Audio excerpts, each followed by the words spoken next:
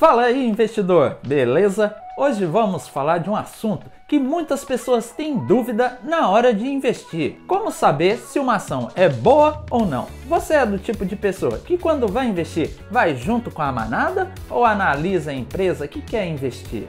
Bem, isso faz toda a diferença para o seu capital e pesquisar é sempre a melhor opção. Mas, antes de continuarmos, por que não fazemos o seguinte?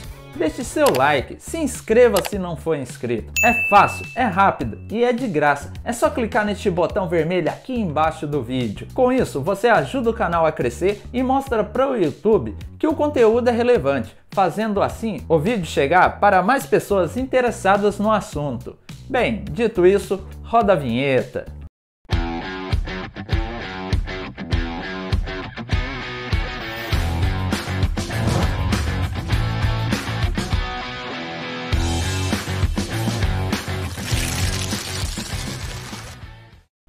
Petrobras, Itaú, Vale, será que são as melhores ações para investir? Bem, isso é o que iremos ver nesse vídeo. Você sabe como analisar uma ação? O investimento em papéis de empresas negociados na Bolsa de Valores depende de um estudo aprofundado sobre uma série de parâmetros publicados pela própria organização, além de questões que envolvem sua área de atuação e o próprio mercado financeiro. Dessa forma, comprar ações costuma ter um risco maior.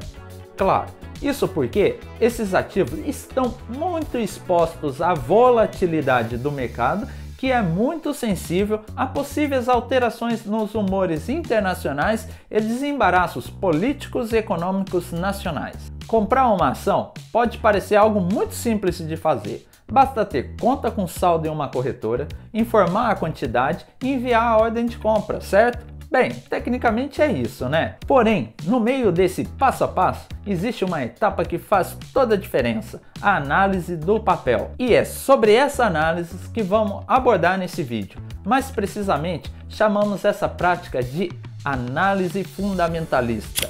Logo porque existem dois tipos de análise, a análise fundamentalista e a análise técnica, que envolve o price action, ou leitura do gráfico pela ação do preço. Mas, ao final deste vídeo, você estará apto a fazer as principais análises fundamentalistas para a escolha de boas ações. Vamos aos primeiros pontos obrigatórios a analisar uma ação. Em primeiro lugar, calcule o índice preço/lucro, o mais conhecido como P/L ou PL. Bem, este é um dos pontos que eu acho muito importante que seja avaliado. O índice de preço por ação/lucro por ação, o chamado PL, é um indicador muito utilizado por investidores no mercado de ações, na comparação entre empresas de mesmo setor. De certo modo, ele indica se uma ação está cara ou barata, pois quanto menor o PL, mais barata ela está. Nessas imagens que eu estou mostrando agora, essa primeira é a Magalu. Podemos ver que seu PL está em 57. Isso quer dizer 57 anos aproximadamente para a recuperação do capital investido. E na segunda imagem temos Lojas Americanas, outra empresa de mesmo setor, varejo como Magalu, que apresenta a PL de 21. Que isso quer dizer? 21 anos para a recuperação do capital aplicado. A análise de ações sobre a ótica desse índice passa pelo processo de planejamento do tempo em que o valor aplicado proporciona retorno para o investidor, ou seja, qual será o tempo necessário para que a rentabilidade das ações cubra o valor inicialmente investido. Ah, você pode estar se perguntando, mas como eu vou obter esses dados? Bem, é muito simples, é só acessar o site Fundamentos ou Status Invest. Vou deixar aqui embaixo na descrição do vídeo o link para esses sites. E não tem cobrança para fazer essas pesquisas, é tudo gratuito. Vamos para o segundo item, Dividend Yield, ou DY. No Brasil, todas as empresas de capital aberto têm por obrigação distribuir aos seus acionistas, no mínimo, 25% dos seus lucros, dependendo do estatuto de cada empresa, pagos proporcionalmente à quantidade de ações que o investidor possui, em formato de dividendo. O Dividend Yield, ou DY, é um indicador que mede quanto a empresa paga aos seus investidores em dividendos ou outros proventos em dinheiro. Apesar de ser comumente publicado pelas empresas, ele pode ser obtido pela aplicação da seguinte fórmula: DY é igual total em proventos em dinheiro dos últimos 12 meses dividido pelo preço atual da ação vezes 100. No geral, quanto maior for o DY, maior será o pagamento de dividendos daquela empresa. Portanto, se você investe pensando na distribuição periódica de lucros, esse é um indicador ao qual você precisa ficar bem atento. Isto é, investir em boas ações que pagam bons dividendos é um ótimo negócio, pois você pode ao longo do tempo ter uma receita financeira somente sobre dividendos. E minha recomendação nesse ponto é, sempre que receber dividendos, reaplique-os comprando mais ações, não obrigatoriamente da mesma empresa, mas algum outro setor, para diversificar sua carteira, levando em consideração que a nova aplicação também gere dividendos. Assim você distribui melhor seu portfólio de ações.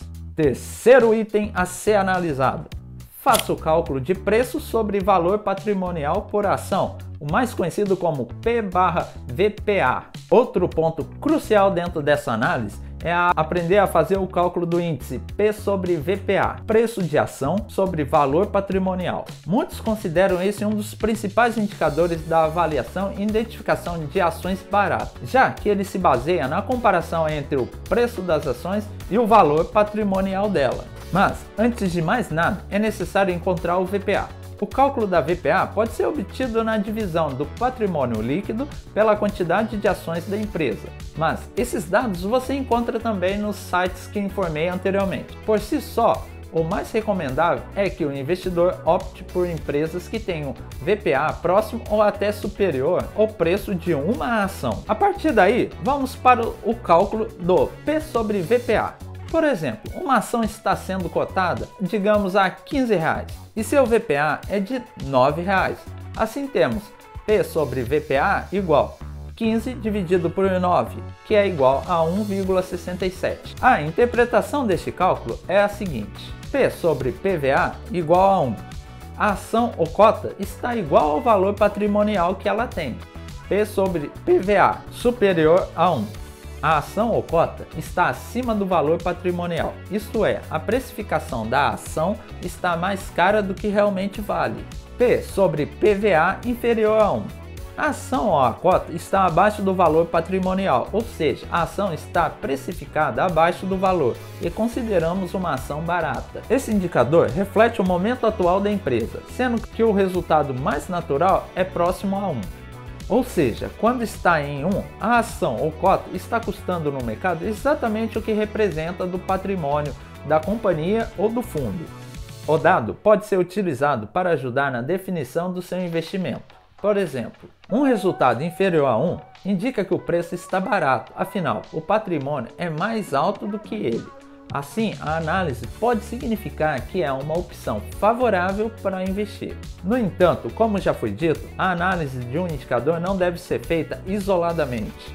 Os resultados precisam ser interpretados de forma mais aprofundada, além de considerar o momento e o setor da empresa. Utilize também outros fundamentos em conjuntos. Mas, como utilizar esse indicador para investir?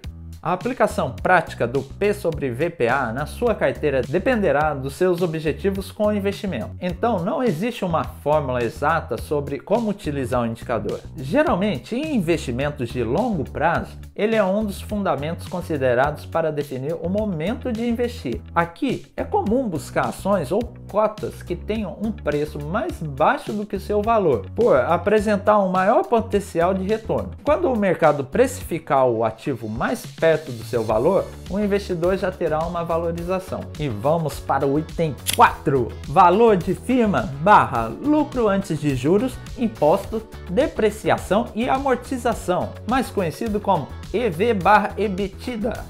Nome complicado, eu sei, mas logo você vai acostumar com esses termos. O EV/EBITDA é um indicador financeiro originado a partir da relação de dois importantes indicadores, o EV e EBITDA. O EV, também chamado de valor de firma, é formado por três componentes: calcular o valor de mercado, somar o valor das dívidas, subtrair disponíveis em caixa e equivalentes de caixa. Já o EBITDA leva em consideração os resultados obtidos pela empresa exclusivamente relacionados à sua atividade, ou seja, representa o resultado financeiro antes dos descontos e o acréscimos, que pode fazer referência a investimento, financiamento e outras fontes de receitas e despesas que não tenham relação com o produto ou serviço oferecido. Em resumo, o EBITDA é o lucro operacional acrescido dos custos com depreciação e amortizações. O EBITDA é igual lucro operacional